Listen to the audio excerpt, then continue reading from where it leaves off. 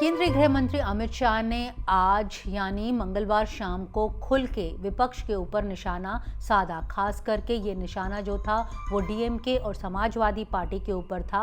उनका कहना था कि जब इमरजेंसी इम्पोज की गई थी तब इन दोनों पार्टीज को भी जेल के अंदर डाला गया था, इनके नेताओं को जेल के अंदर डाला गया था। लेकिन बावजूद इसके ये दोनों पार्टीज जो हैं वो आज कांग्रेस के साथ खड़ी हुई दिखाई पड़ रही हैं और इंडिया अलायंस पर हैं।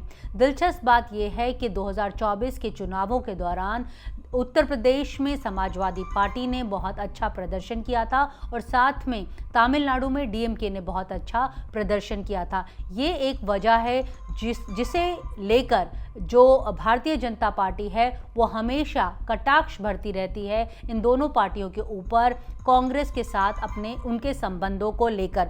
आज की वैसे केंद्रीय गृह मंत्री यानी मंगलवार 24 जून 2025 को केंद्रीय गृह मंत्री जो हैं वो एक फंक्शन में हिस्सा ले रहे थे। ये फंक्शन था 50 साल जब इमरजेंसी के पूरे हो रहे हैं। आज प्रधानमंत्री संग्रहालय में ये कार्यक्रम हो रहा था जहां पर जो केंद्रीय गृह मंत्री हैं उन्होंने विपक्ष के ऊपर जोरदार हमला बोला। उन्होंने बोला कि ये जो लोग हैं ये आज कांग्रेस के साथ खड़े हुए हैं। मैं इनसे पूछना चाहता हूं कि जब इमरजेंसी लगाई गई थी तब आपके भी नेताओं को टारगेट किया गया था, तो आज आप उन लोगों के साथ खड़े हैं जिन्होंने संविधान का हत्या की और साथ में डेमोक्रेसी की हत्या की। ये आज केंद्रीय गृह मंत्री अमित शाह ने विपक्ष पर हमला बोलते हुए कहा।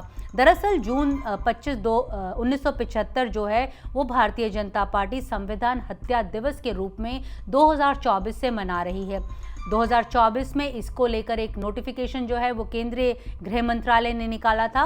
केंद्रीय गृह मंत्री का कहना है कि तब भी उनसे ये सवाल पूछे गए थे कि ये नोटिफिकेशन क्यों निकाला गया है।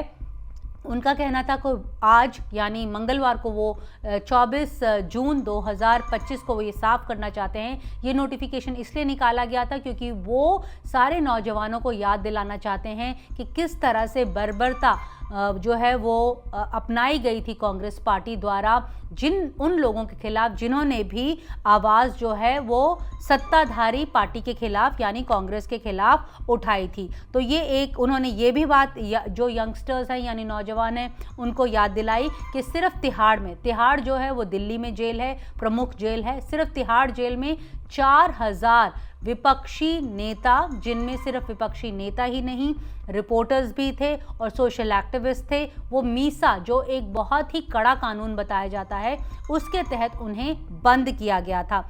पूरे देश की अगर हम बात करें तो 1,10,000 के आसपास लोग जो हैं वो अलग अलग जेलों में बंद कर दिए गए थे।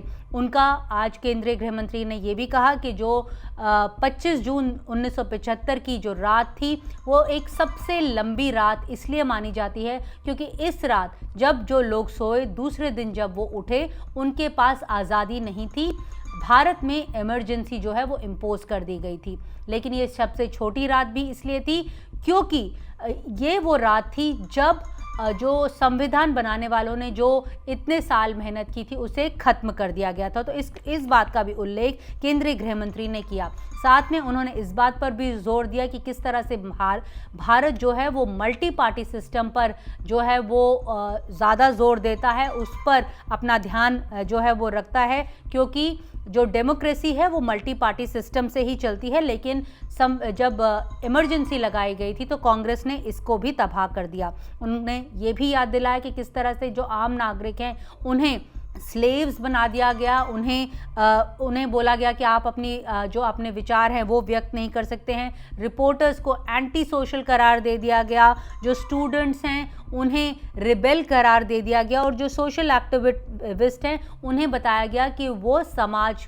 के लिए एक खतरा है। तो जो परिभाषाएं हैं वो किस तरह से कांग्रेस पार्टी ने बदल दी, उन्होंने इस बात का भी उल्लेख किया। केंद्रीय गृह मंत्री ने इस बात का भी जो है वो उल्लेख किया कि वो 1977 में 11 साल के थे, तब उन्हें याद है कि किस तरह से साबरमती में 184 लोगों को जेल कर दिया गया था। तब वो छोटे बच्चे थे और वो अपने गांव वालों से पूछते थे कि इन सब लोगों को क्यों जेल में भेज दिया गया है।